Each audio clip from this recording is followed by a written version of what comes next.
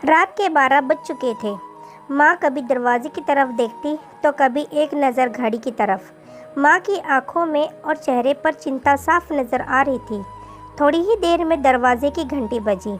माँ ने काफ़ी तेज़ी से दरवाज़ा खोला और सामने बेटे विक्रम और बहू मान्यता को देखकर पूछा, इतनी देर क्यों हो गई? मैं कब से तुम्हारी राह देख रही थी। माँ, मैं अब छोटा नहीं हूँ, तुम मेरी चिंता मत किया करो, विक्रम घर के अंदर प्रवेश करते हुए बोला। बेटा कितना भी बड़ा हो जाए, माँ के लिए छोटा ही रहता है। चलो छोड़ो, हाथ पैर धो लो, मैं तुम्हारे लिए खाना लगाती हूँ, माँ ने दरवाज़ा बंद करते हुए कहा।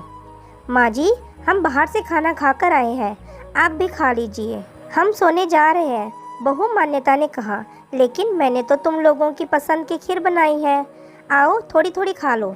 माँ, तुझे एक बार में समझ में नहीं आता क्या? तेरी बहू ने कहा ना, हम बाहर से खाना खाकर आए हैं, क्यों परेशान करती है? जा तू खीर खा ले और सो जा, और हमें भी शांति से सोने दे। माँ अकेले कैसे खीर खा सकती थी, और उसे बिना खाए नींद कैसे आ सकती थी? क्योंकि बेटे के इंतज़ार में उसने भी कुछ नहीं खाया था। वह किचन में गई, एक गिलास पानी पिया और अपने रूम में चली गई। सुबह 10 बजे विक्रम की आंखें खुली। बाजू में मान्यता अभी भी सो रही थी।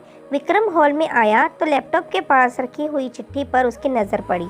यह चिट्ठी किसकी हो सकती है, यह देखने के लिए उसने चिट्ठी खोलकर पढ़ना शुरू किया। मेरे लाल, तू सोच रहा होगा कि एक ही घर में रहते हुए ये चिट्ठी क्यों? मैं तुम्हें बोलकर भी ये बात बता सकती थी। हाँ, बता सकती थी, अगर तू मेरी बातें सुनना चाहता तो। किसी एक्सप्रेस गाड़ी की तरह तू आता है और कुछ ही पलों में निकल जाता है। खैर, वो सब जाने दो। कल तुम्हारा जन्मदिन था, इसलिए मैंने खीर बनाई थी। सोचा कम से कम आज के दिन साथ में बैठकर खाना खाएंगे। मगर मैं ये बात भूल गई थी कि मेरा बेटा बड़ा हो चुका है, तो अपने दोस्तों के साथ पार्टी करके खाना खाकर आया। चलो, मुझे इस बात की खुशी ही हुई। मेरी दवाइयाँ ख़त्म हो गई है।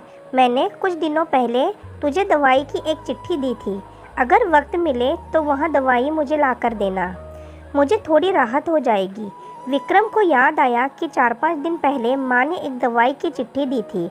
उसने अपने ऑफिस के बैग में जाकर उस चिट्ठी को तलाशा और उसे खोलकर देखा। उसमें लिखा था, मुझे ऐसी दवाई ला कर दो जिसमें मैं अपने बेटे को भुला सकूं। विक्रम को रियलाइज़ हुआ कि मुझसे बहुत बड़ी गलती हो गई है। उसकी आंखें नम हो गई। वह तुरंत अपने माँ के कमरे की तरफ दौड़ा। सबसे पहले उठ जाने वाली माँ आज क्यों नहीं उठी थी, देखकर उसे आश्चर्य हुआ।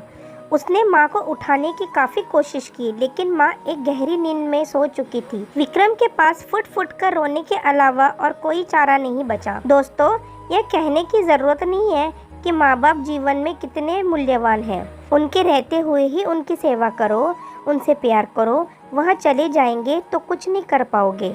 अगर आपको ये कहानी पसंद आई हो तो अपने दोस्तों के साथ ज़रूर शेयर करें।